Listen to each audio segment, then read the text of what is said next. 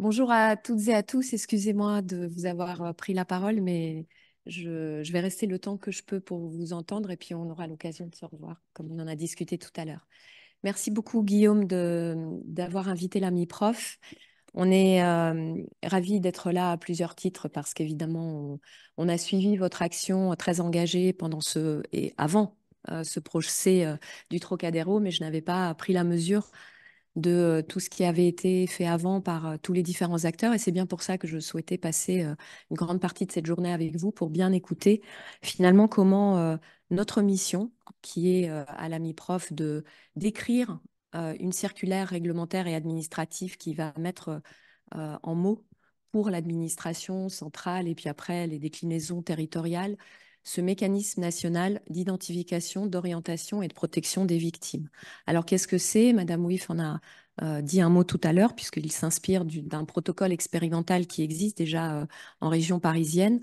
C'est le meilleur moyen de collaborer ensemble entre les acteurs, sans faire peser la charge de cette collaboration sur les épaules de la victime. On a entendu à plusieurs reprises que c'est vrai que pour la victime, pour le jeune, c'est déroutant, perturbant de voir euh, plusieurs personnes, tellement de personnes, et avoir cet emploi du temps de ministre, comme j'ai entendu quelqu'un le dire, avec beaucoup de rendez-vous. Mais cette collaboration, elle est néanmoins indispensable et nécessaire. Et il faut qu'on sache chacun, parce que j'ai entendu aussi ce matin par Akima qui l'a dit, finalement, on ne sait pas si on fait bien, on ne sait pas si on prend la place de quelqu'un d'autre quand on fait quelque chose. Donc, c'est aussi que chacun sache rester à sa place, quelle est sa place et à quel moment il est important de faire appel à quelqu'un d'autre dans cette chaîne de protection véritablement que vous mettez déjà en place. Et pour ça, je voulais vous en remercier. Au nom des victimes, si je peux le faire, je n'en connais pas, moi, des victimes. J'attends que vous m'emmeniez avec vous sur des maraudes dans votre action au quotidien.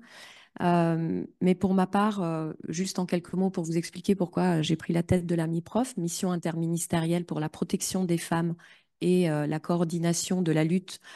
Oh là là, c'est compliqué. De la lutte contre la traite des êtres humains. Alors, heureusement que c'est pas dans le titre. Moi, j'ai été ministre des Sports pendant 4 ans. Ça n'a pas grand-chose à voir, si ce n'est qu'on a les Jeux en France bientôt et que justement tous les réseaux de traite et d'exploitation, d'après les dires des offices centraux et aussi des associations, vont prospérer et vont ramener justement plus de criminalité avec l'afflux des personnes, des 15 millions de personnes qui vont venir au moment des Jeux. Mais si j'ai rejoint l'AMI Prof, c'est parce que j'ai soulevé un sujet en étant ministre dans le champ sportif, qui sont les violences sexuelles faites aux enfants dans le champ du sport, qui a été euh, du coup mis en œuvre à partir de quasiment zéro. Et je souhaitais continuer ce combat plus largement en rejoignant cette cellule qui s'occupe dans son nom de la protection des femmes. Et à l'AMI Prof, on crée des outils de formation pour les professionnels de première ligne qui se composent de petits films, courts-métrages, de kits spécifiques qui correspondent au métier des acteurs de première ligne et derrière des fiches réflexes métiers qu'on distribue partout en France à tous les acteurs. Alors, ils sont très utilisés. Ils ne savent pas forcément, ces acteurs, que c'est l'AMI-Prof qui les fait. Mais si vous êtes curieux d'aller voir, c'est sur le site arrêtonslesviolences.gouv.fr. C'est en libre accès et vous pouvez en faire la demande de ces films qui aujourd'hui sont aussi en libre accès grand public sur la plateforme de france-télé.fr. On souhaite faire la même chose sur la partie traite. C'est notre mission, c'est de coordonner l'action de l'État et des acteurs associatifs, des offices centraux, de tous les acteurs qui ont à voir de près ou de loin avec l'exploitation et la traite des êtres humains. Nous sommes 10 à la MIPROF et tu peux faire un coucou, Romain. Regardez tout en haut, voilà, mon collègue Romain qui va être là avec vous. Je crois que tu dois aussi quitter en fin de matinée. Mais vous pourrez reprendre contact avec Romain pour voilà, nous expliquer aussi ce que chacun d'entre vous fait, puisqu'on n'a pas eu l'occasion de savoir ce que finalement qui est dans la salle. Désolée de partir avant les interventions du public. Et notre objet, c'était de créer avec les acteurs de terrain et les différentes administrations le plan de lutte contre la traite, le plan national qui a été annoncé par la voix de 3 ministres le 11 décembre dernier. Ma mission, c'est aussi de faire monter en reconnaissance politique et donc en pouvoir de décision, en déblocage de moyens financiers, humains sur ce sujet exploitation et traite. On a réussi à le faire entrer dans le décret d'attribution de la ministre de l'Égalité, donc aujourd'hui Aurore Berger. Et le plan avait été annoncé par la voix de Olivier Dussopt, ministre du Travail, Charlotte Cobel, ministre de la Protection de l'Enfance, et euh, Bérangère Couillard, qui est à l'époque ministre Égalité Femmes-Hommes.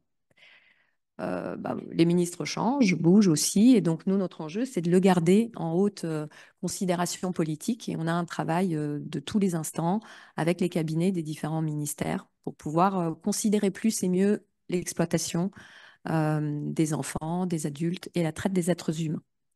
Dans ce plan, il y a 3 mesures en lien avec les jeux. Je voulais vous en prendre 3 exemples parce que ça me permettra aussi de vous inviter à la dernière de ces mesures.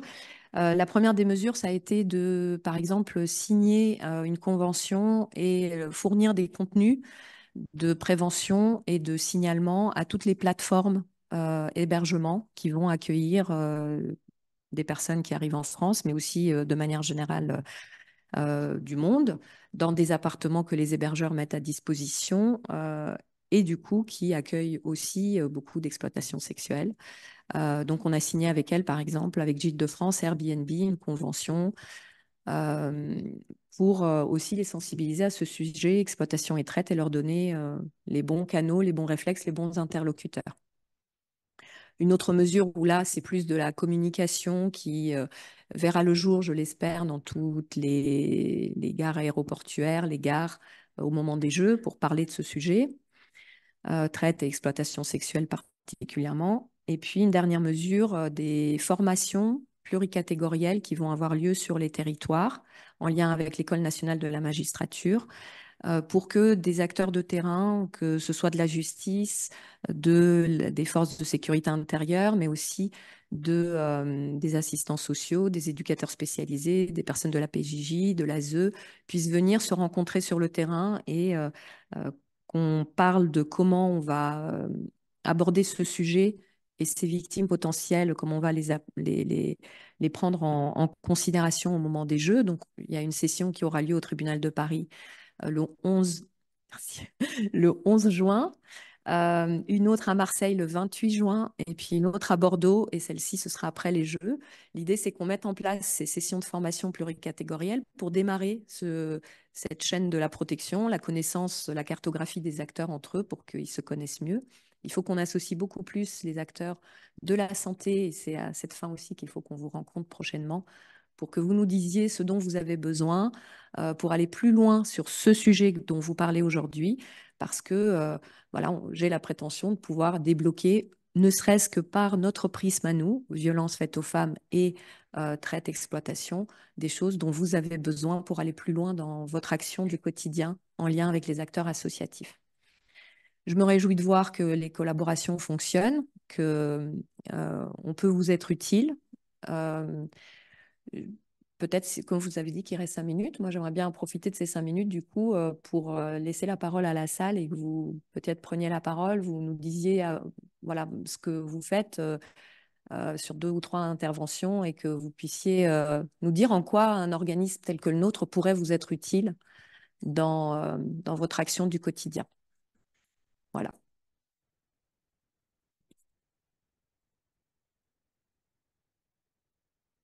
Oui.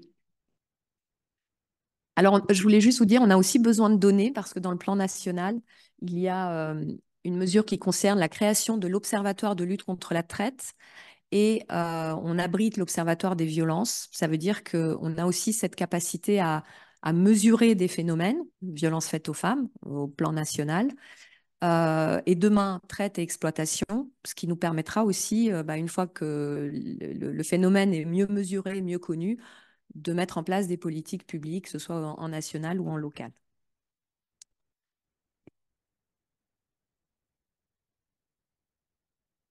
Ah, merci Emmanuel. Oui, je vous remercie de cette proposition. Oui, alors je suis le docteur Perret, psychiatre addictologue à l'hôpital Robert Debré. On est de plus en plus interpellé à Robert Debré par des situations de, d'exploitation sexuelle avec soumission chimique d'enfants. C'est pas que nous, hein, qui sommes interpellés. Je pense que toute l'aide sociale à l'enfance est interpellée. Et c'est un sujet compliqué à aborder, mais vraiment extrêmement violent. Preuve en est, on a organisé lundi soir à Robert Debré une réunion avec différents intervenants en essayant de faire venir, si possible, quelques médecins, notamment des médecins mm, urgentistes et des médecins généralistes qui sont au plus près des dommages somatiques, conséquences de ces violences, également des obstétriciens, des gynéco-obstétriciens, et on a eu les UMJ de Meaux, on a eu, et on est nous-mêmes atterrés par les situations qu'on rencontre, de par la violence que subissent ces enfants et qui nous en parlent. Et on a besoin urgent d'avoir des séances de supervision pour que les équipes ne soient pas fracassées par ce qu'elles entendent. Et on n'a aucun moyen à l'hôpital. L'ARS ne nous offre pas ces moyens-là de supervision d'équipe parce que c'est, à mon sens, essentiel.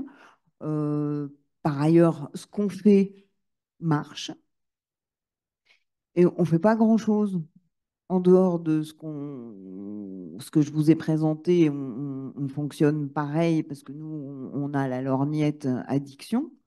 Hein, et donc, on va les chercher là où elles sont dans les produits et on les accompagne et on les considère et on les croit. Et après, la grosse problématique, c'est tout ce qui est soins, prise en charge, psychotrauma, qui s'engage. Parce que la PHP a mis en place plein de choses qui sont des plateformes d'orientation. Mais après, en termes de soins pratico-pratiques, d'accès aux soins pour des enfants qui sont à l'aide sociale à l'enfance, qui donc n'ont pas d'argent, avec des familles qui n'ont pas d'argent, c'est là où les attentes sont trop, trop, trop, trop longues par rapport par rapport à la violence de ce qui est subi. Et donc, il y a effectivement une réelle volonté de coordonner les acteurs ensemble, comme ce qu'a mis en place la ville de Paris avec la coordination des petits Marocains de la Goutte d'Or, où les différents intervenants se rencontrent, hein, et puis aussi décloisonner la justice, parce qu'il y a la brigade des mineurs, et puis il y a ceux qui s'occupent du proxénétisme, et puis il y a ceux qui s'occupent du pénal, et puis tous ces gens-là ne se parlent pas. Donc nous, on pleure. Voilà.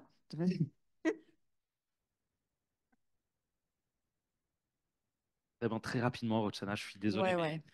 pour laisser la place à Euh, mes collègues. il y a une opportunité, je pense, de poser le sujet la semaine prochaine. Il faut que vous réagissiez à l'annonce de la stratégie de lutte contre le système prostitutionnel. C'est un scoop qui va sortir la semaine prochaine. Ça fait un moment que c'était dans les tuyaux. C'est une stratégie de lutte contre le système prostitutionnel qui va englober majeurs mineurs. Donc, l'administration en charge des mineurs s'est positionnée en interministériel pour faire appel à différents ministères qui ont contribué pour certaines mesures. C'est pour ça que je dois vous quitter cet après-midi. Il y a la réunion interministérielle à ce sujet qui a lieu. À ma connaissance, la santé n'est pas venue avec beaucoup de propositions, alors que moi j'en détecte effectivement des besoins. Spécifiquement là, sur notre sujet, traite des enfants contraints à commettre des délits, mais évidemment sur la partie prostitution, on sait que c'est un sujet aujourd'hui très d'actualité. Tout ce que vous avez en tête de dire, c'est le moment de le dire. Alors, les réseaux sociaux, des courriers, tout ça, pour alerter la nouvelle ministre qui vient de prendre ses fonctions, Sarah El Haïry, qui doit pouvoir jouer ce rôle interministériel. et également évidemment la ministre de la Santé, pour que, ou le ministre aussi de la Prévention, pour que ces personnes puissent agir. Moi, je peux prendre l'engagement que je me battrai à mon niveau sur tout ce qui est... alors, on a réussi un premier combat, c'est d'arrêter de parler de prostitution mineure. On l'a entamé quand je suis arrivée, je l'avais dit devant les associations. Il est hors de question pour moi qu'on fasse un plan taquet numéro 2, lutte contre la prostitution des mineurs, mais qu'on aille tous ensemble vers ce qui est exploitation sexuelle, pour que tout le monde s'accorde déjà sur le vocable et qu'on parle d'exploitation. Ce qui fait que ça peut rentrer aussi un peu plus dans notre champ à la mi-prof aussi, et qu'on peut être plusieurs à se battre pour ce que vous venez de dire. Donc aujourd'hui, ce que moi je comprends de la matinée, c'est qu'il n'y a pas suffisamment de dispositifs destinés aux mineurs sur la prise en charge des addictions. La MILDK est encore là. Oui, la MILDK est encore là et doit être à nos côtés pour se saisir mieux de ce sujet et nous accompagner. Le ministère de la Santé doit pouvoir répondre à vos demandes, vos attentes. Et puis, il y a aussi, de ce que j'ai compris, des bonnes pratiques qui sont les vôtres aujourd'hui, bonnes dans le sens, je ne sais pas à moi de dire si elles sont bonnes ou mauvaises, mais en tout cas utiles et nécessaires si on prend en considération ce que les associations nous en disent. Et donc, répandre la manière que vous avez à traiter le sujet doit être plus valorisée et mise en avant. Donc, nous, on vous aidera pour ça. On continuera à être aux côtés des assos. On a aussi vocation à faire des rétex après des